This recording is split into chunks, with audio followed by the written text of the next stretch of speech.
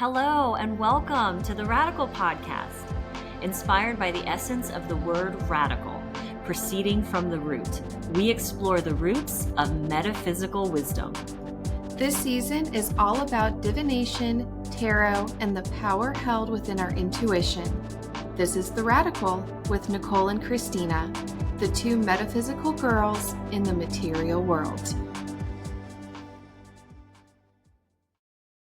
Hello, listeners. Welcome to the Radical Podcast. I'm Christina. And I'm Nicole. Today we're talking about the Sabbath of Samhain, called Halloween and Day of the Dead. It's actually like a little 2-day period of time. And with that, we're also talking about divination, a little what's what in divination. And I, in my brain that likes to define and look up the meanings of words, found a whole bunch of proper names for all these divination practices that we have, which I'm going to enjoy trying to pronounce for you today, listeners. But we're also going to make a chart. We love charts on this podcast. So kind of all things divination, Christina has a deeper dive into some of the practices. And then a little bit further down in my notes, I have some information on the goddess of magic and witchcraft, and some information on shamanic journeying and how that fits in as a divination practice. I love that. That's like tying it all together. Nicole's going to tie it together for us. And I've got, I'm using my Celestial Bodies Oracle deck, which is a fascinating deck. And more on that when we get to the message from the universe. But I'm just going to jump right in. I'm going to talk about some just definitions to start with. What is divination? It's the practice of seeking knowledge of the future or the unknown. Okay, that's it. And then you can insert here supernatural means, through natural means, through any sort of use of our senses. But it's the practice of seeking knowledge, essentially, of the future, sometimes of the present, and the unknown.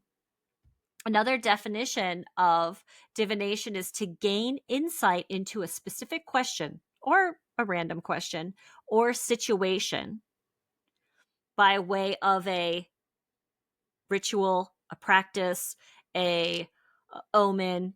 You could insert many different words right there, but to gain insight into a question or a situation. So we've got seeking knowledge, seeking information about the future, the unknown. And then this third one, I like the best. It's an attempt to organize what appears to be random so that it provides insight to a problem or issue at hand. Because I do believe that the universe is communicating with us all the time. We just may not be noticing. But those are three very general definitions of what divination is and what it can be used for. I think the universe is sending us messages and communicating with us all the time also. And there is this definite theme of like our world of what we can see, what is known and what is tangible.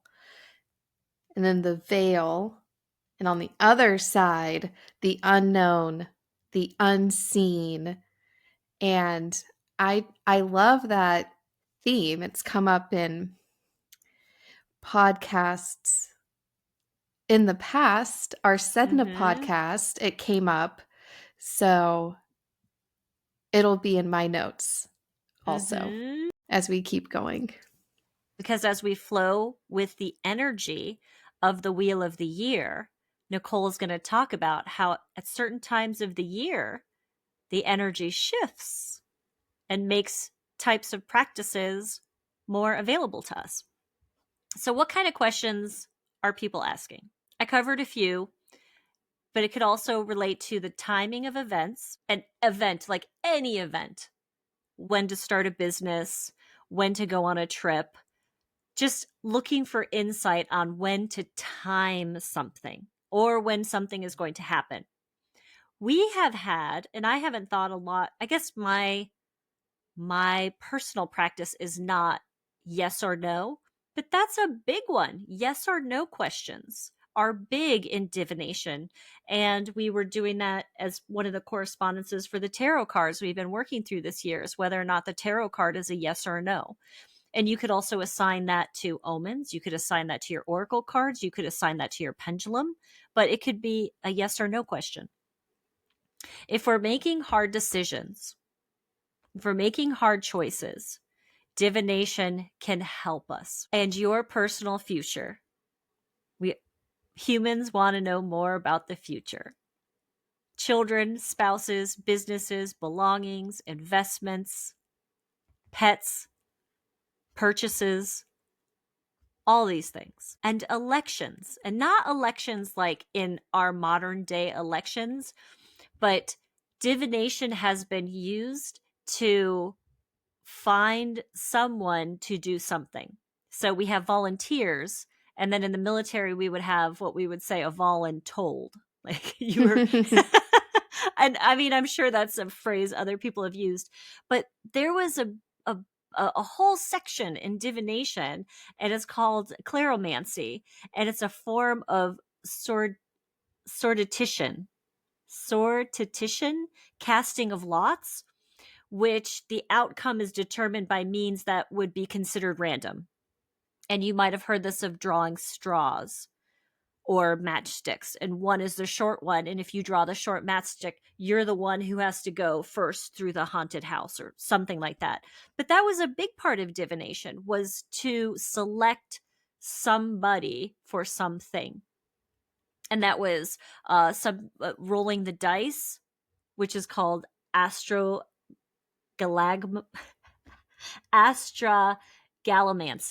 Astrogalamancy. Rolling the dice.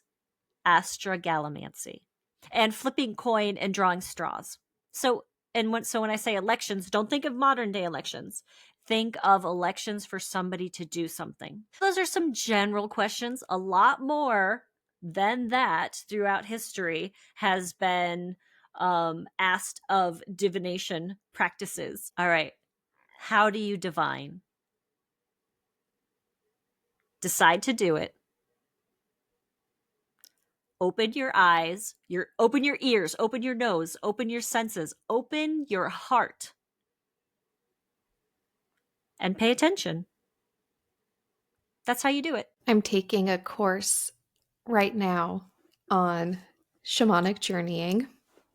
So it lined up perfectly with this podcast. But I would add that it might take a little kind of practice, because it's a language. And if you have your spirit council who gives you the signs, the symbols, and communicates with you, you guys have to work on formulating your language. And we were talking about this before we hit record, but there's different clair senses. I want to break that down. We're going to break that down, listeners. Yeah. So you may get visuals. You may hear things. Have a tickle. I wonder what that means. Right? Something got stuck in your throat. That could be divination, getting senses or sensations in your body when you're doing something, such as a tickle in your throat. And for me, a lot of times I just kind of know things. And the teacher of this course yesterday described it as like, all of a sudden you have like a block of knowledge or a block of thoughts in your mind that they make sense to you, but it's just kind of like there. And that's how I experience it sometimes. I absolutely love what you just said about, so I said you decide you're going to do it. You open your senses and then you pay attention. But here's the next step that Nicole just said.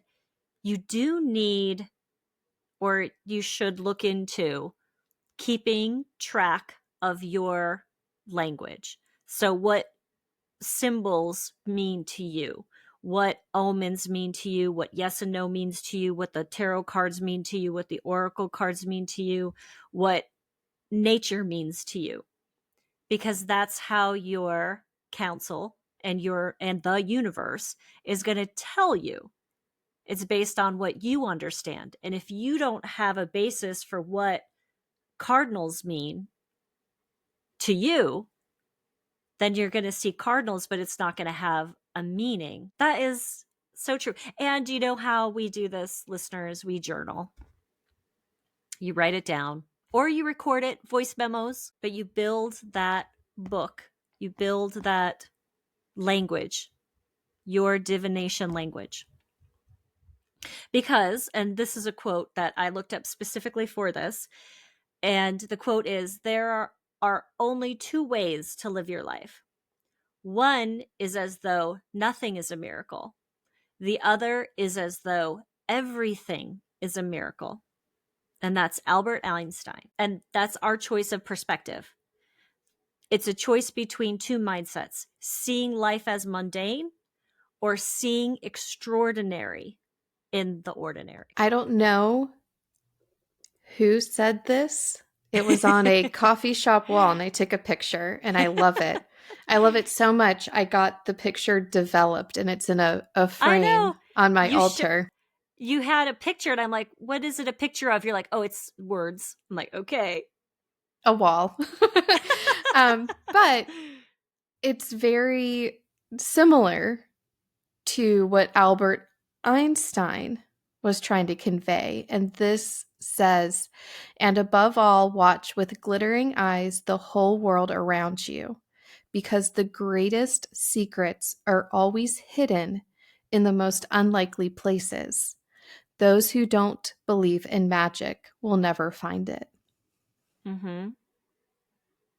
So you decide, listeners, that when and how you're going to divine. That's how you start. We're going to switch gears for a minute. Samhain is a wheel of the year cross-quarter day. It falls between the winter solstice and the fall equinox. The fall equinox being the cardinal sign of Libra, and the winter solstice is Capricorn, cardinal Capricorn. It is considered the Celtic New Year and also sometimes called the Witch's New Year. It's the end of the harvest season, and it is said that during Samhain, the veil between the worlds is at its thinnest. So this time of year, I hear that quite frequently, that the veil is thin, the veil is thin. Samhain occurs during Scorpio season, watery Scorpio. And if we remember from a couple episodes ago, Scorpio's tarot card is the death card. So all those themes pertaining to the death tarot card are really relevant during this holiday, during this time of the year. In Wiccan traditions, which is a form of paganism, it is said that the god is in the underworld. And it's that god and goddess of your choosing. In this tradition, the god's death and rebirth cycle follows the wheel of the year. And during this time of the year, he's essentially underground in the underworld. And the triple goddess is in her crone form. Her death and rebirth cycle follows the wheel of the year also, and is connected to the god cycle because she gives birth to him. If we remember from our Wheel of the Year podcast, and she is nourishing and nurturing that divine masculine energy. I loved what was written in a blog post on a witchessacredjourney.com. So this is coming from that site. It says, as her wisdom grows, the goddess enters the state of being that is the wise crone who has seen all that life has to offer.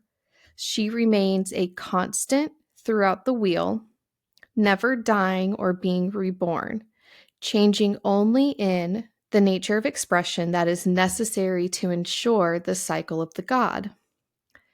The god also moves through the cycle of death and rebirth, and his course is that of sacrifice, death, and then the mastery of rebirth. He moves through the wheel as both child and lover to the goddess, as well as guardian and protector of both flora and fauna. Throughout his cycle of change, he moves finally to the place of the sage, whose energy sustains humanity in the harvested grain, cut down and willingly sacrificed to feed and hold all safe throughout the cold of the winter. Oh, that is a beautiful way to see the balance of yin and yang through the wheel Yes. of the year, the god and the Yes. goddess. I I love loved that. that. Yeah. Samhain themes include divination and seeking guidance from the unseen realms, honoring death and our ancestors, as well as letting go and asking ourselves, what can I allow to die? This is just like the death card in tarot. Some traditional Samhain divination practices include things like apple scrying, mirror gazing, flame watching. We did apple scrying at witch camp last year. That was new to me and so fun. Yeah. All right, so pendulums, runes, divination practices during this time could also include dream work and journeying meditations like a shamanic journey. Also at witch camp last year, we made those masks and we wrote on them what we intended to release because it's the witch's new year. So it's sort of like, cleaning house energetically. And then we did a big bonfire and we burned them. Yeah. We read our tea leaves. You know what's interesting about the masks is we spent a lot of time decorating them and creating them, and then you just throw that thing on the fire. Isn't that such like a representation of intention and manifestation and letting go? Yeah. Sorry. I mean, I Go had ahead. rose petals on mine. Yeah, it was I very had mine was intricate. covered in gold paint and glitter. I mean, they were really we spent a lot of time on those masks. Anyway, it's just a good exercise in letting go. We also read our tea leaves. We built outdoor altars. And because ancestor veneration is really tied in with this time of year, I spread some of my grandpa's ashes at our altar in the redwoods. Yeah, he was there with us. I remember. We made potions and offerings. We read tarot and oracle cards, and we honored Hecate or Hecate. And we did I wrote down received keys, but we did that little ceremony to honor Hecate. And we did these things all together as a coven. It was so lovely to do stuff like that with other people. It really was, because I don't necessarily get to do that because I'm not surrounded by that many like-minded people where I live. So it was really fun to not be like the weird girl or the black sheep, It was like I'm with people who do this too. And when I'm doing my craft at home, I am doing it all myself. Like I am building my besom, my broom. I am making fires. I'm making my altars. But at witch camp, somebody else organized the activities, and somebody else said, now we, and there was a lightness for me in that, to just be with the flow and not have to be responsible for every element of the manifestation, every of the process of the crafts of everything that we were doing. That was lovely, to just kind of get ideas and also just be part of a group doing it together. And I guess that's the magic of why we need community and why we need each other, and why it feels so good to take a group yoga class, and why it feels so good to read in a group of other people, even if everybody's just reading. Like, we need community. Mhm. Finding our people and doing things together that we like to do feels good. And we'll talk more about Hecate momentarily. Yes, I was saying Hecate because that was how I heard it pronounced. But then, Nicole, you sent me a link to a British lecturer and professor of medieval studies, or Greek and Roman studies, and she pronounced it Hecate. And ever since then, I've been pronouncing it Hecate because I prefer it. But I It's figured fun to she would say. know. Yeah, I figured she would know, right? But There's a third way I've heard her name pronounced. Hecate, Hecate, Hecate? Or was that the first way I said it? that was the first way you said it. I'm trying to Okay. remember if there's another way I've heard it said. There's definitely a third. I just have to remember. Okay, let's move on, because you're going to talk more about Hecate in a second. I want to talk about types of divination organized by elements. Starting with fire. And these, okay, listeners, this is not an exhaustive list. Maybe one day, Nicole and I will have a full list of all the different types of divination, and we'll have it in a table. But as of today, this is just the beginning of the list. Under fire, I have candle gazing, which is, we've heard it in our yoga world. Haven't you've heard it? You were the one who mentioned it to me, that there was a meditation of candle gazing, and then I looked it up, and then I found it. It's called Tritaka. That's ancient Indian, the yogic practice of Tritaka. Tritaka. And it's a fixed gaze technique. It has roots in ancient Indian texts from the 15th century and Hatha yoga. And while the original practice would use various focal points, the flame became a more common object because it's thought to calm the mind, enhance focus, but also because it's a light, because of the nature of candle, the nature of fire, that it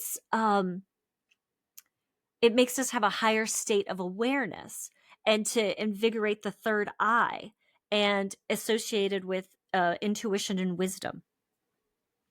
But there's a whole another podcast waiting for us on candle gazing when Nicole and I get to that season. But it's called Tritaka. Babylonian oil lamps, they had a form of scrying. Lampa Patamancy? lapadamancy, which is interpreting the signs in the flame. And this was practiced in Babylon with their oil lamps, and that influenced Egyptians and the Hebrew culture as well. Okay, I've got another one under fire. It's called Libanomancy, also called Livanomancy and Nisomancy. We will have a table of all of this, listeners. You don't have to memorize all of this, but this is a divination through observing and interpreting burning incense smoke. Have you ever done this and watched incense smoke and saw shapes in it? Probably. Yeah. Yeah. But so this is, you could do that from fire, smoke. Oh, and I mean, there's also like fire gazing, like staring at an open fire and staring at smoke. These are just two more specific parts of that.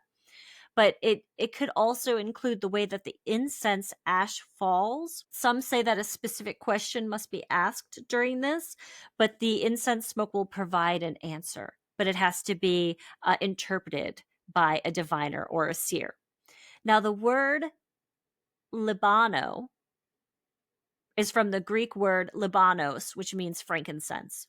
So Libanomancy is where that word comes from. But isn't that fascinating? So we've got fire and smoke and ash under fire. For go. Oh, what do you So have? I Candle did. wax is another one. Mm-hmm. What I message? don't know the name of it, and I have 7 of these little candles out from doing the directions during a shamanic journey ceremony yesterday, and I have all of them on little pieces of paper to collect the wax. And I haven't looked at them yet, but that's My another goodness. form of divination, is to look at the candle wax Yeah. and how it melted, and um, what you see in the shapes and whatnot. That is a huge candle magic is a huge one in witchcraft. And I yeah, that could fit under fire. That could also fit under earth for the wax. But moving on to earth, omens, and this includes natural events, cosmic events, the actions of animals, the actions of trees, the actions of bees, the actions of the physical world around us, omens. There's the word seer. That is one who reads or interprets the omens. But I believe you don't need a seer to interpret omens, because if you're building, as Nicole said, your own language of symbols and your own language of meanings, then you know what those omens might mean. But because we're talking about ancient cultures and ancient civilizations, and even modern cultures and modern civilizations, often people who had full-time jobs and a bunch of kids and household responsibilities didn't have the language. They would go see someone who would interpret what was going on in the world. So that's the word seer. Ruins can be anything. So they can be, we just did the podcast where I was using shells with symbols written on them with the interpretation guidebook with it. It can be different letters, numbers, signs, symbols, scratches, ruins themselves, which are ancient letters and alphabets and numbers, put on any type of material and then used in a way where it would seem random that the ruins or the shells or the stones would fall. This is big in Norse and Germanic.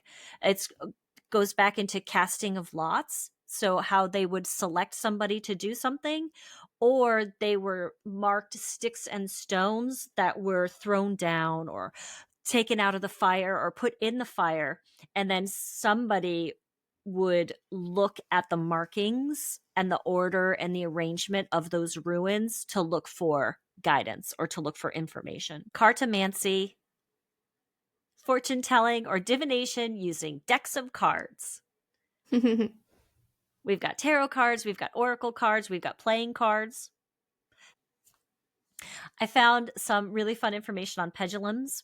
Started in ancient Egypt and China, they would use weighted strings to find things. Now, have you seen the Y-shaped stick to find water? It's called dowsing.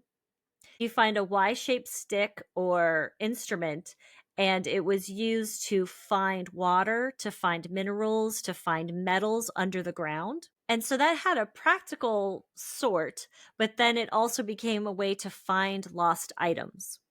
The pendulum would be used around the house or around an area to kind of get messages for finding something. That evolved to kind of how we're using pendulums today generally. Um, Answering yes or no questions once you find what direction is yes and what direction is no, and performing energy work, helping you again find something or answer something. um I like the thought that the pendulum connects us because it's a tool we're holding in our hand. It connects us with our intuition and subconscious knowledge, is what I believe. But science is calling it the ideomotor effect, that we are moving our hand to get the yes or no that we want or the information that we want. And I'm fine with that because I believe we have the answers inside of us and we intuitively know what we need and don't need. So I'm like, well, if that's how it works, then that's how it works. I was instructed to use a pendulum when I started my herbal supplements Oh. because herbs can be quite strong Mm-hmm. and it can take a period of time to work up to your full dose. So I was told to use a pendulum to check in with like my body, and I would hold the supplements in my hand and take maybe a couple of capsules out of my hand and figure out how much can I take today. And I think using it that way is kind of proof to your point that like the answer is inside of us. In my mind, I don't have a preference. You know, it doesn't really make a Mm-hmm. difference to me if I take 1, 2, or 3. You know, it's not that big of a deal, but I'm inquiring and asking my body what it needs Mm-hmm. because I don't want to take too much, overdo it, have, side effects. So the answer is in me. I'm just not mentally aware of it, hence the practice. Yeah. Well, I love that we have science to investigate and to help us understand the nature of things. And this ideomotor effect about subconscious movements of our hands giving, you know, moving the pendulum in the direction that we want it to move in. I'm like, okay, that's fine with me because my body knows what it needs. And if my hand is moving for a yes, then it's yes. I like it. I put that there. We can, and just so if listeners, if you want to read more about that, you can read more about that. But I don't think it takes away from the usefulness of the pendulum in my eyes. In my eyes, it just reinforces more that we already have the answers and we know the answers. The pendulum is just an extension of our consciousness, our unconsciousness, our intuition. Okay, quickly moving through air. Oracles. Generally, an oracle is a person or thing considered to provide insight, wise counsel, or predictions. Oracles are thought to be portals through which the gods or the universe directly spoke to people. And then breaking that down into oracles as people, oracles as cards, oracles as different things like a person or a thing. And then what those, if the oracle's a person, what that person did to get that information, that's a whole, they did all kinds of things. That list, I don't know if we could ever like come up with an exhaustive list of the ways people have dropped into deep mental states to look for information or to divine. I'm just putting that there so that we would understand where oracle fits in this. Under air, I also put astrology, and that's information about human affairs and terrestrial events discerned by studying the positions of celestial objects. I put, oh, and because this is air, let me take that back. It's because it's use of mental power and also mental imagery, and also, as when I talk about scrying, you're looking for something in nothing. That's why I feel like it's an like that these fit under air. Scrying is also referred to as seeing or peeping. It involves gazing into a medium and hoping to receive messages or visions that could offer guidance, answers, revelation, or inspiration. And that medium could be anything: crystal balls, water, hagstones, the moon, the sky, smoke, steam, Clouds. clouds. I mean, the way the leaves fell, the way your ruins fell, the way your pendulum cord fell. Um, you're looking for something in nothing, or something in what would first appear to be random. That's scrying. And dream interpretation, I put in here as well, and that's called oniromancy. It's an ancient practice. It's been practiced for as long as humans have been dreaming and talking about their dreams, right? And dreams, I did a practice. I don't remember how long ago it was and for how long I did it, but I did a dream journal for a period of time, and I built my language of my dreams.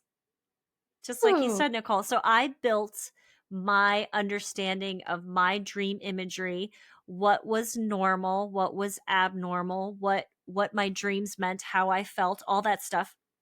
I did that a couple years ago. Sometimes I think maybe I should do it again, but it's a lot to do a dream journal.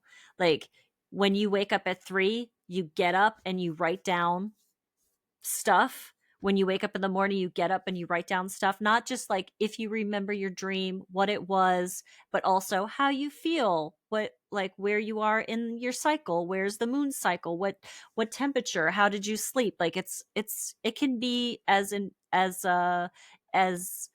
informative as you want it to be. But I'm glad I did it because my dreams don't cause me distress anymore. I know what my dreams mean to me, and it answered a lot of questions, and I don't worry about my dreams anymore. Does that make sense? mm-hmm. So it was a valuable practice. And then visions derived from hallucinogens.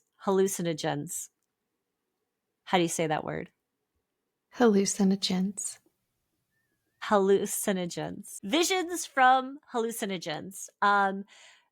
Mesoamerica has used this. Most ancient cultures have some version or another of the use of some kind of substance to get people into different states of consciousness.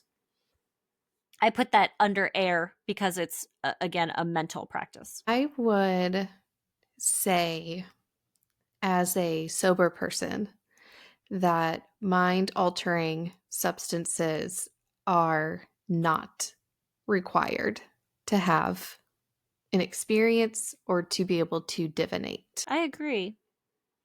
I think the conversation about that is multi-layered and has different uses. And once I was reading about the oracles and talking about the things oracles used, I was like, that's a whole nother topic that I mean, I just told you about my dream journal. I delved deep into the world of my subconscious, just doing a dream exercise, just doing a dream journal for a period of time, and I didn't use any hallucinogens. That was just my brain communicating with me. So, yeah, I don't believe you need stuff to get in touch with your intuition and your subconscious. And finally, I've got just a little note here about water, and I'm sure there's many, many more for water, but I wanted to talk about tassiology. Tassiology. Tea leaf reading. Well, it's tea leaves and coffee grounds, even wine sediment. It's things being left behind in your cup after you consume something being read. and you're looking for shapes. You're looking for something in something. That's why I have it in water, as opposed to you're looking for something in nothing. But that's a quick breakdown of some, that's just some types of divination. And so I have some more notes on Hecate, our Greek goddess of thresholds, crossroads, liminal spaces, witches and witchcraft, magic, nighttime, the underworld, and necromancy. Necromancy comes from the Greek words nekros, which means dead, and another Greek word, mantia, maybe, which means divination. So taken together, the meaning is divination by the dead. Oh. At its core, necromancy is the practice of communicating with the spirits of the dead to gain knowledge, prophecy, or guidance. In ancient times, this was not something dark or sinister like it may be taken today. It was often more so about honoring ancestors and seeking wisdom from those who had crossed over, or asking the dead to reveal hidden truths. And this is very, very shamanic. Shamanism in sort of modern spiritual practice is centered on connecting with the spirit world and nature for healing, guidance, and insight. And this is done through altered states of consciousness, such as a trance-like or deep meditative state, usually achieved through drumming. The drumming has an effect on our brain waves, much like how Christina mentioned fire gazing has that effect on our brain waves, and we kind of get that altered state of consciousness. But we'll come back to shamanism and go deeper in a moment.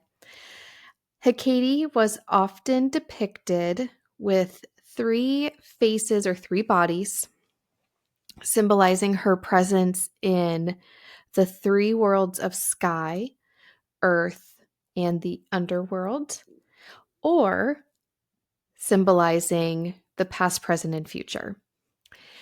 In modern pagan and Wiccan traditions, the triple form of Hecate has been woven into the maiden, mother, and crone archetype, the triple goddess. And Hecate usually or especially gets tied to the crone archetype, the wise woman, the seer, the guide. But because of her triplicity and her presence through the entire death and rebirth cycle, we don't want to pigeonhole Hecate just into the crone archetype. She really is all 3. She guides us through times of transformation, provides insight, and illuminates the unknown. And her symbols include keys, like we kind of mentioned at Witch Camp. We got keys to honor Hecate, torches, serpents, and dogs. And when I was in Calgary, I was out taking a walk one day, and there was some graffiti on a bridge. And it stopped me in my tracks because it was just screaming Hecate to me. It's a door, so a threshold, and you have this like serpent kind of coiled around the door, and underneath it says welcome. So I'm going to put that in our Substack because I really felt her presence when I saw Nice. that. All right, back to Shamanic Journey. Shamanism is a universal practice of journeying beyond the veil, which is at its thinnest during Samhain. And archaeological evidence suggests that shamanism is around 40,000 years old. There's some evidence that suggests it's much older, but 40,000 is quite a long time. This makes it one of the oldest forms of spirituality in the world. And there's evidence of shamanism and shamanic ceremony on 6 of the 7 major continents. So basically everywhere except Antarctica. And this reminded me of our Hero's Journey podcast when we talked about archetypes and the collective unconsciousness and how we as humans share this universal psychic layer. And Carl Jung studied this. He studied myth and found that in East Africa, where there was no European contact at that time, their myth and stories and archetypes were the same. And Jung argued this was evidence of this collective unconsciousness, universal psychic layer, because different cultures were sharing the same stories over time and geography. But at these times, like, it was just implausible for them to like tell each other these stories, right? Because of these spans of time and location. And this applies to shamanism too. As a divinatory practice, shamanic journey is another method in which we seek guidance from the unseen. The word shaman, in fact, can be translated to one who sees in the dark. And I just love that. Like Samhain, ancestor veneration is central to shamanic work. We see ancestor veneration in other celebrations this time of year, such as the Day of the Dead in Mexican culture. And like the liminal spaces that Hecate rules, shamanic journeyers can pass through the veil. They can cross the threshold in between the worlds for the purposes of obtaining wisdom, guidance, healing, and insight. They're really just all these pieces are just so tied together. And in shamanism, it is generally agreed that there are 3 worlds in the spiritual realm. And I heard this and immediately thought of Hecate's triplicity again. So in shamanism, there's the lower world, which is that of Mother Earth and nature. And the guides we can encounter here include our ancestors, the elements, and animals. We have the middle world, which is sort of like our present day world, our modern world, but there's an animistic twist. And animism, very much aligned with paganism, is the belief that all objects, places, and creatures possess a spiritual essence. So, said another way, animism perceives that all things, animals, plants, rocks, rivers, the weather, human handiwork, and in some cases, words, as being animated, having agency and free will. So that's the middle world in shamanism. And then the upper world is the world of heaven or high vibrational light energy. And our guides here can include angels, ascended masters, and star beings. That's a really good breakdown. I didn't know that. Shamanism is something I've been interested in, and I hear it around.